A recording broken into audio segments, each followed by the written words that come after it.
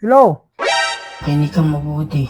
Nasa amin ang asawa mo. Makinig ka mabuti. Teka. Huwag niyo lang siyang sasaktan. Makinig ka muna. Ibibigay ko sa yung address namin. Huwag na huwag ka magsusumbong sa mga polis at magdala ka ng 2 milyon.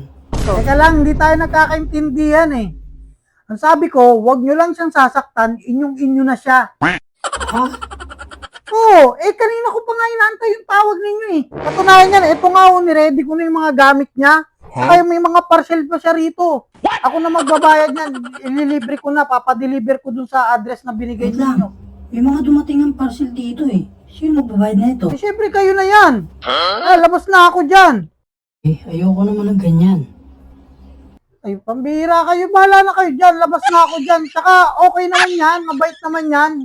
Huwag lang kayo patamad-tamad kasi magagalit yan. Ganun? Oo. Sige boss, susoli ko na lang to sa'yo. Ay, hindi na. Goods na tayo doon, okay na yan. Dyan na yan. Susoli ko na lang to. Hindi, dyan na yan sa inyo, okay na tayo.